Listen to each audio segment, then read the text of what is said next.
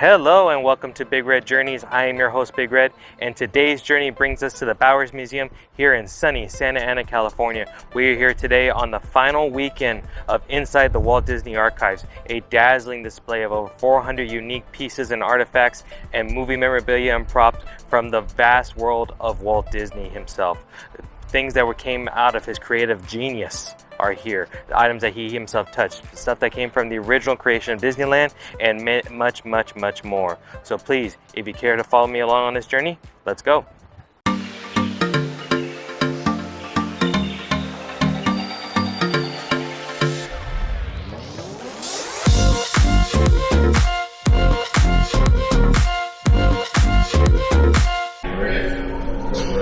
And as we begin to enter the Walt Disney Archives, we are welcomed with open ears by Dumbo and Timothy Mouse. As you can see, this tale began in 1923 when Walt Disney arrived in Hollywood. Over the next 4 decades, this one-of-a-kind storyteller introduced the world to unforgettable characters, creating enchanting tales both old and new, and reimagined outdoor amusement into themed entertainment. And here is the man himself, Dave Smith, who we have to thank for creating the Walt Disney Archives 50 years ago.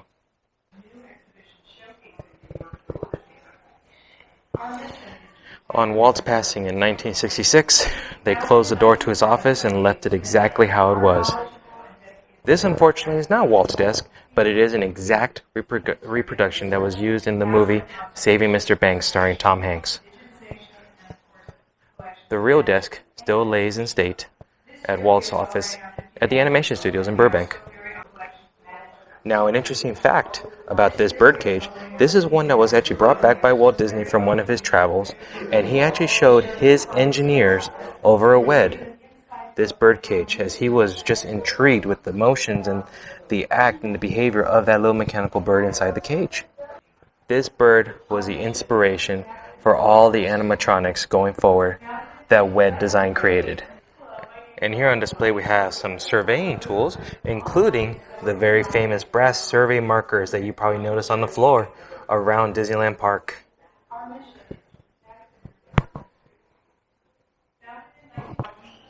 Here is some conceptual design art for my favorite ride, the Jungle Cruise, and what could have been potentially the view of Sleeping Beauty's castle, the ever-famous design and outlay of Disneyland, and Main Street Station and the view overlooking Main Street, USA. Here's a very cool little drawing of Mickey through the years, from old Pie-Eye Mickey to Fantasia Mickey, Mickey of the 50s and 60s, and to the Mickey that we know and love today. A reproduction poster that was actually on the set of Saving Mr. Banks, starring Tom Hanks.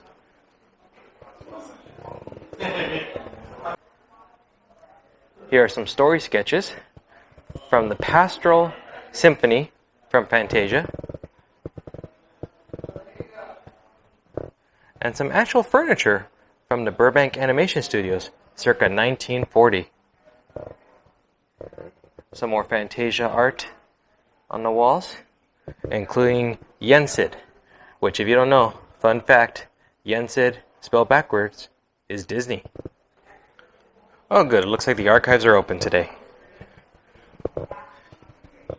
But we have to be quiet, because we are heading into the reading room. And look who is here to greet us, Uncle Walt Disney himself. Thank you, sir. Here is an example of what the library at the Walt Disney Archives would look like. Well, at least on vinyl. But as you can see, every single book that is ever published that has something of Disney on it, Disney itself gets a copy of. So you can see some of these. There's some silly symphonies, the story of Mickey Mouse and the Muggler. Never read that one.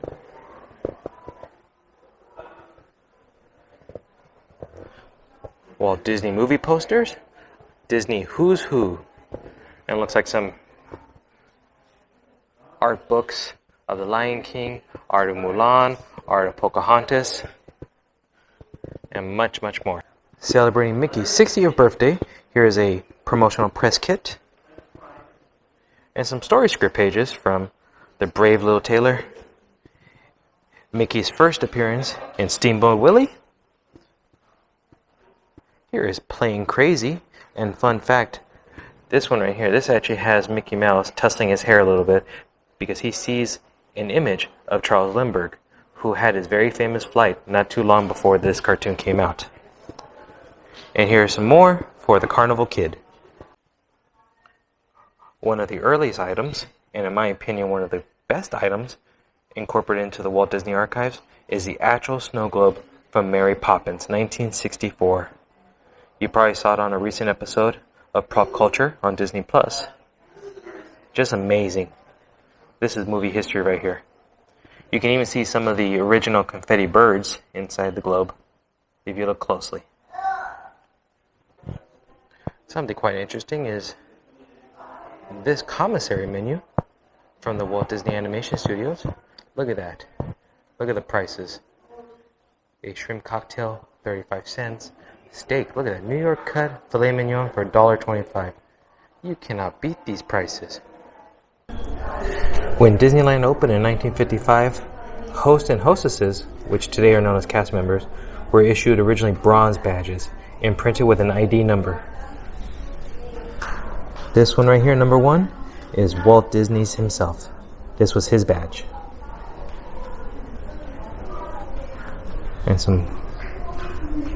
And right there, let's get some of that glare out, is ticket number 1, purchased by Roy Disney, Walt's brother, for $1.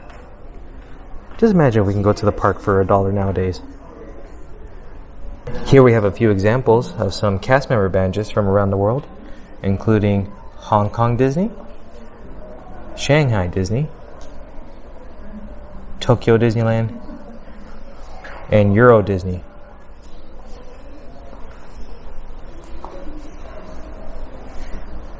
And some entrance tickets to the various parks as well.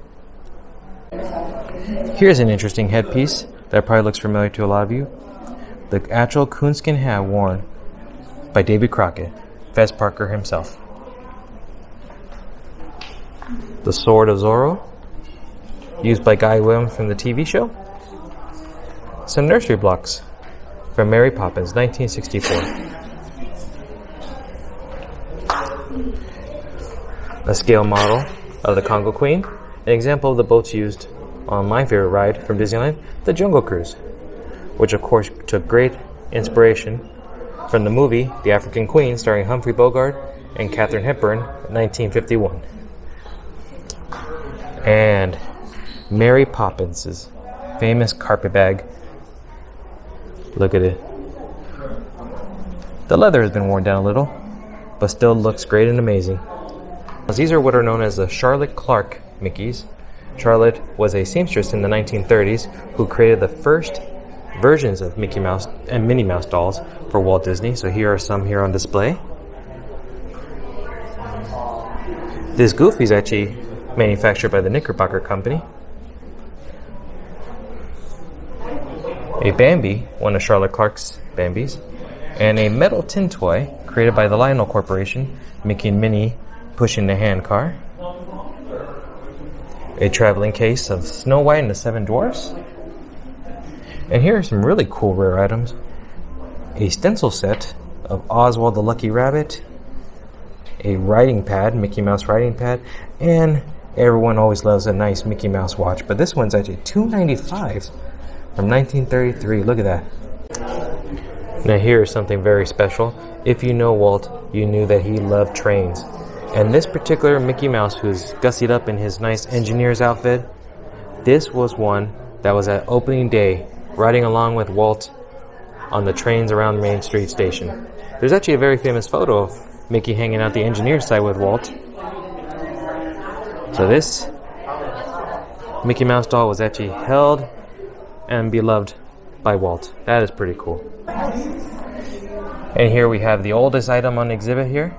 The original megaphone used by Walt Disney from Laugh-O-Gram Films, 1923. You can see the laugh, the O, and barely make out the G on the backside. And an actual audio animatronic head from Great Moments with Mr. Lincoln from the 1964 World's Fair.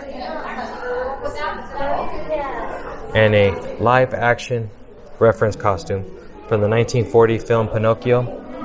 As many animators did back in the day, and still do today, they would have actors, or even animals sometimes, fill in as reference art, meaning that they would have them be models, and they were able to use the actual actions and motions to create a more genuine and true nature of the subject matter when it came to the film. And looks like we have an animation drawing of Oswald the Lucky Rabbit from 1928. And an original title cell from Walt Disney's Wonderful World of Color. And you can see this is the actual original title cell using, you can imagine, the fireworks and Tinker Bell just zooming in right here during the intro. And a signed business letter from Walt to his board of directors. In it states his intent to create Disneyland. So in a way, you can say this piece of paper really is the birth of Disneyland. As you may recall, here are some movie props from some princess films. These movie props in the opening scene would open up, and then usually the next page would be Once Upon a Time. So here's from Snow White and the Seven Dwarfs, from Cinderella, and a much larger gold and gilded one from Sleeping Beauty. And here the evil queen looks on from a Emporium window display from Main Street, USA. This one's from the Magic Kingdom at Walt Disney World in Orlando. But as you can see, there is the evil queen with the mirror on the wall staring at us. And here we have some original attraction photos. Haunted Mansion, 1969.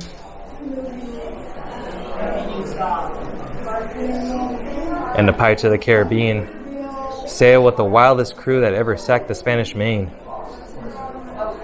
1967. And this beautiful poster, Peter Pan from Fantasyland. Look at the beautiful silkscreen work that had to be done on this poster. 1955. They mostly come out at night. Mostly. Here's a full-size xenomorph used on the Great Movie Ride in Walt Disney World, now replaced by Mickey's Runaway Railway. And a giant Mayan priest from the Mexico Pavilion in Epcot.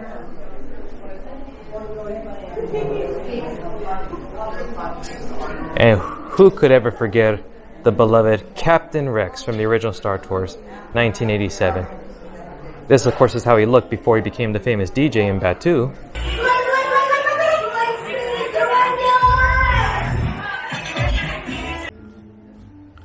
Looks like we have some hitchhikers with us today. And some actual tombstones, either from Walt Disney World's version of the Haunted Mansion. Here we have Francis Xavier, or as in Ex Hortensio. Patriarch, dear departed Grandpa Mark Davis. And Master Gracie, laid to rest, no mourning please at his request. This, of course, is Yale Gracie.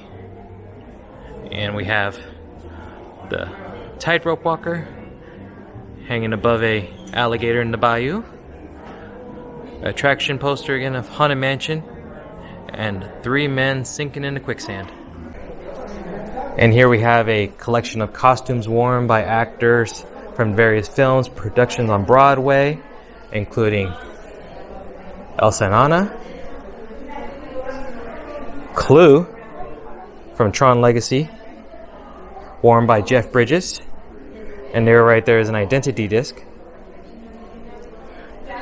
Mary Contrary from Babes in Toyland, 1961. And the ever-famous yellow fedora and yellow jacket of Dick Tracy from portrayed by Warren Beatty. And Quack, Quack, Quack, the Division 5 Ducks, coached by Gordon Bombay.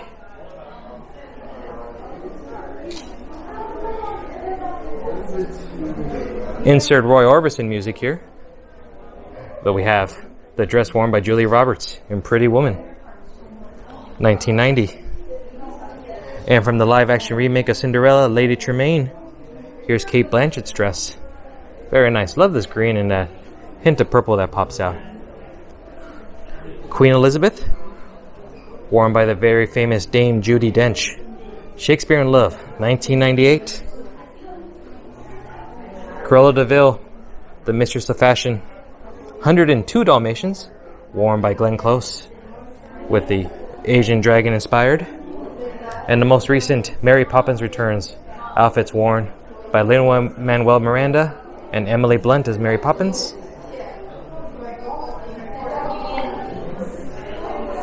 And the Rocketeer, the actual outfit worn by Bill Campbell, the Rocketeer 1991, including the actual jetpack.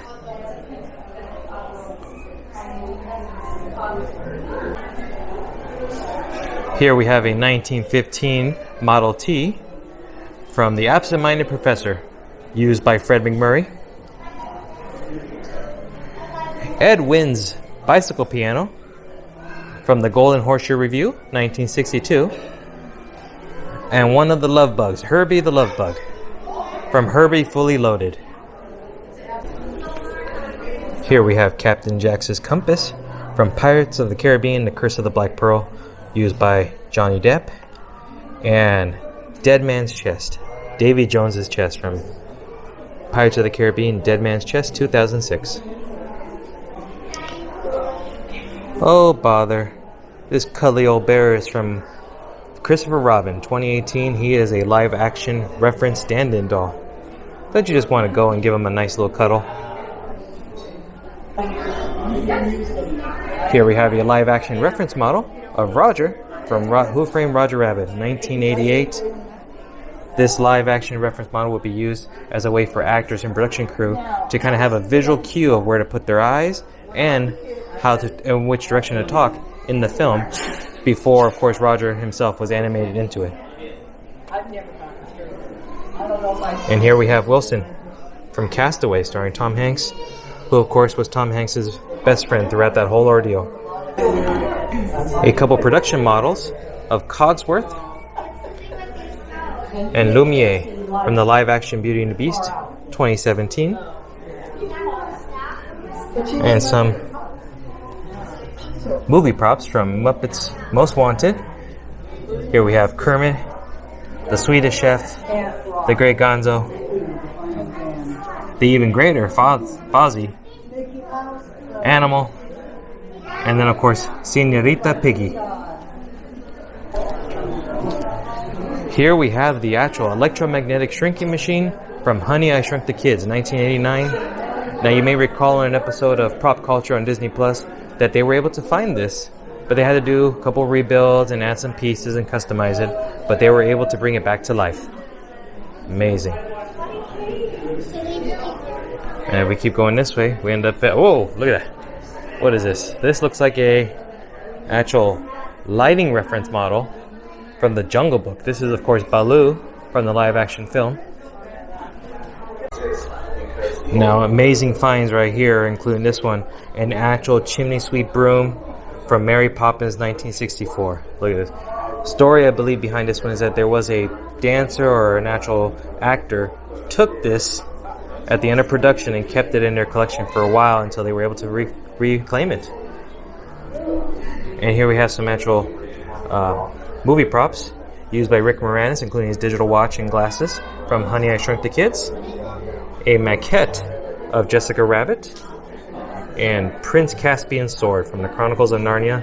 These are all featured props on Pop Culture on Disney Plus. Here we go. From Tron 1982. This is actually worn by Bruce Boxleitner. And Christopher Lloyd's character from Who Framed Roger Rabbit, Judge Doom. An imposing character in all black. And Some beautiful dresses worn by Angelina Jolie and Michelle Pfeiffer. From Maleficent, Mistress of Evil. And Mulan's sword from the live-action remake. And old lady's beautiful collar. Look at that. From the most recent live-action film. Worn by Christian Bale in Ford vs. Ferrari. This is his outfit as Ken Miles, race car driver in the very famous Le Mans race.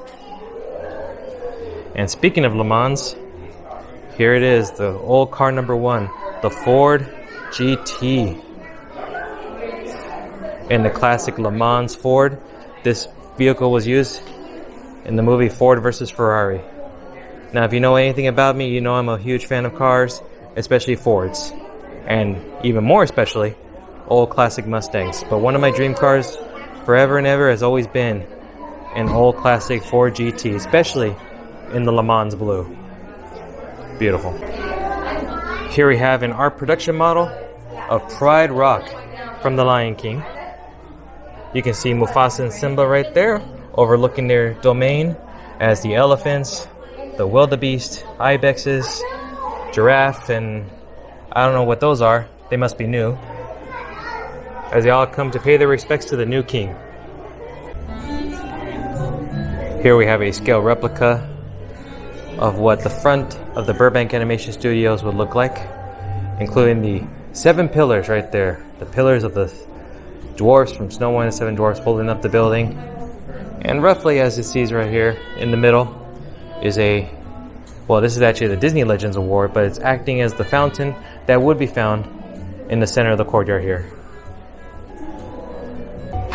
This actual Legends Award is the one presented to Dave Smith, founder of these Walt Disney Archives. Well deserved. Here are some replicas of what the plaques you would find in the courtyard of the Burbank Studios would look like of the Disney Legends, including some handprints, such as this of Julie Andrews, Ollie Johnston, Ward Kimball, Mary Blair and Fred Moore, Robert Sherman, Johnny Depp, Jim Henson, Phil Collins, Roy Disney, Paige O'Hara. As we prepare to leave the exhibit, we are warmly bidded farewell by Uncle Walt himself in front of Sleeping Beauty's castle. But we are reminded of a few things. We keep moving forward, opening new doors and doing new things, because we're curious, and curiosity keeps leading us down new paths. Well, that is going to do it for today's journey here at the Bowers Museum. The exhibit was great. It was amazing. Just to see all the items that Walt Disney himself touched was just incredible. I had a great time. I hope you did as well too. If you care to join me on future journeys, please give this video first a big thumbs up, hit the subscribe button, and then take your journey to the next level by hitting the notification bell. That way you'll be one of the first to be notified when a new journey comes across on the channel. Also, feel free to follow me on Instagram at Big Red Journeys. And from me to you, thank you, and I'll see you later. Bye.